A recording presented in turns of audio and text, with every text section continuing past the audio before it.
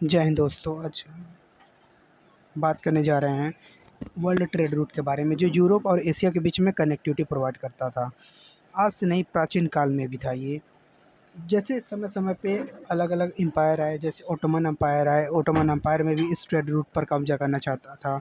Persian empire था, Persian empire भी इस ट्रेड रूट पर कब्जा करना चाहता था।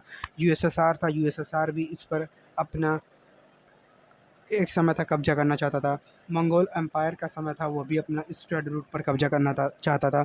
लेकिन इसको समझने से पहले हम एक पॉलिटिकल वर्ल्ड मैप के बारे में समझना चाहते हैं।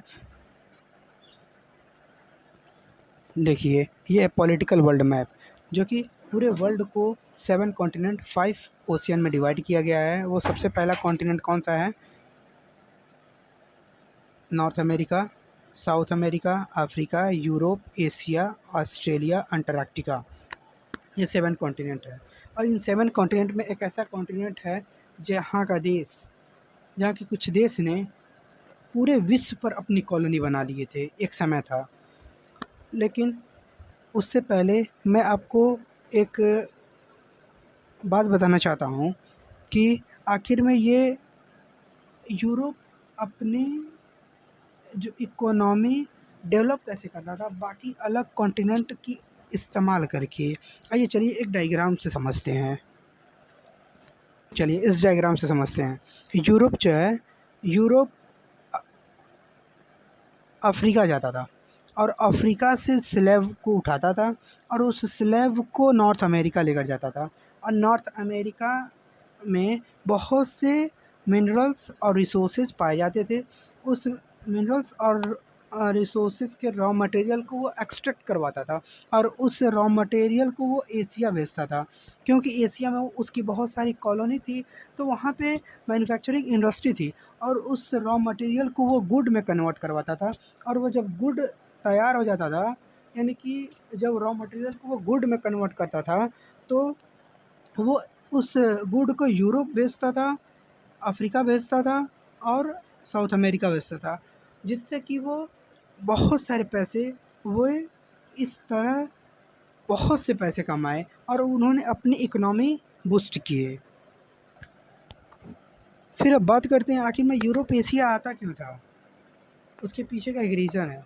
जैसे कि यूरोप में है, बेसिकली नवंबर से फरवरी तक 4 महीने तक खूब जमकर ठंड पड़ता था, जिसकी वजह से वहाँ के लोग एग्रीकल्चर नहीं कर पाते थे।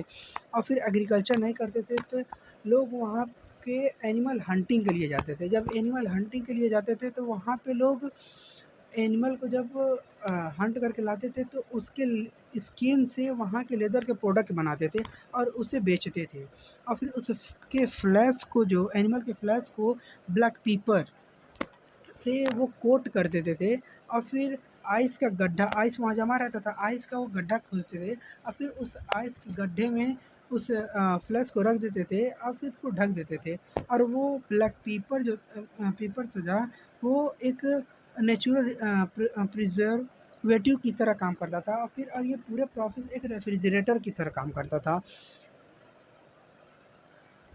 यूरोप में किसी तरह का स्पाइस पाया नहीं जाता था और उस स्पाइस और सिल्क के लिए जो है यूरोप जो है एशिया कॉन्टिनेंट में आते थे, समय समय पे आते थे और फिर वे लोग बदले में सिल्क और फिर स्पाइस लेकर जाते थे और फिर वे लोग जो है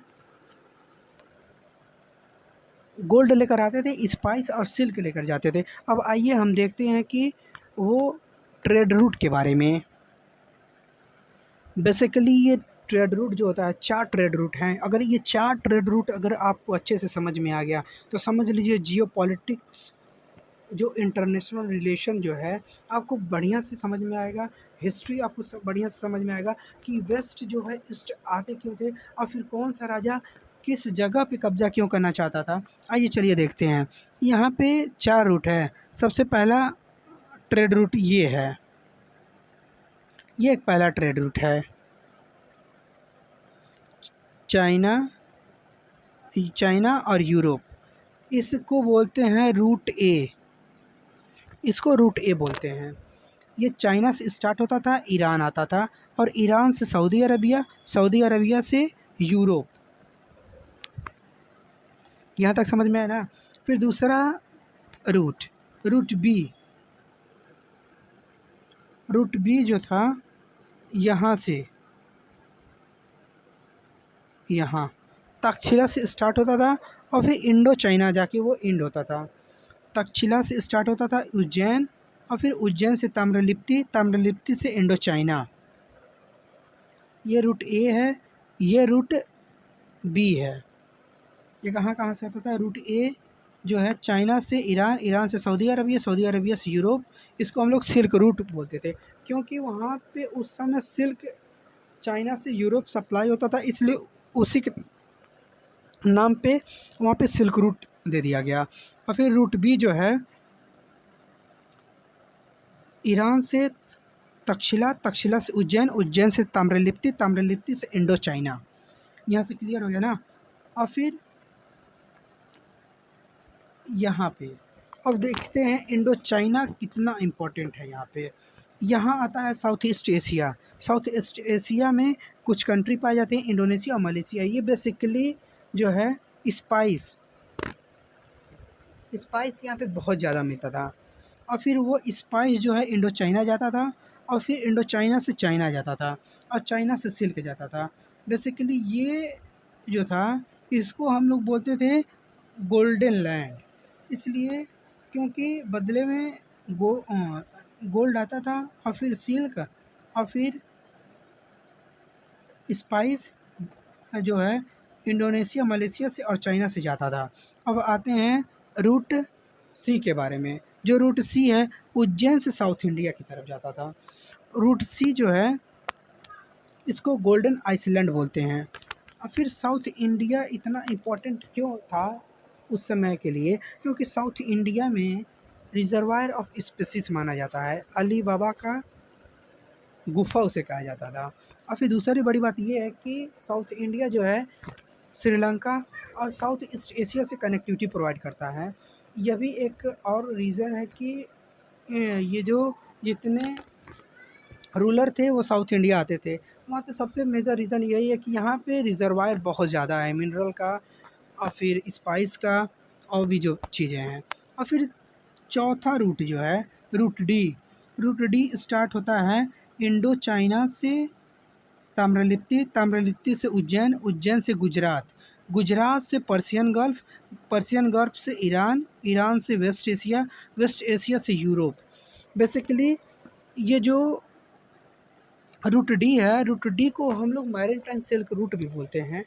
और ये जो मैरीटाइम सिल्क रूट है बेसिकली 4 सी से वो पास होकर जाता है। सबसे पहले South China Sea, Bay of Bengal, Arabian Sea, Mediterranean Sea. ये इतना समझ में आया कि नहीं आपको? अब हम इसको एक मैप के थ्रू समझते हैं। देखिए यही है, ये जो है अपना ये सिल्क रूट है।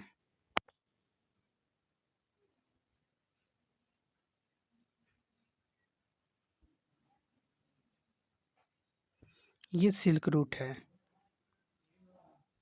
जो चाइना से स्टार्ट होकर यूरोप तक जाता है। और दूसरा जो है ये maritime silk route, South China से Bay of Bengal, Bay of Bengal से अरेबियन सी, अरेबियन सी से मेडिटेरेनियन सी होकर यूरोप जाता था। और फिर ये जो एक रूट यहाँ तक था वो भारत के इंटरनल है, भारत के अंदर है, जो रूट सी और फिर रूट डी की तरह वो काम करता था।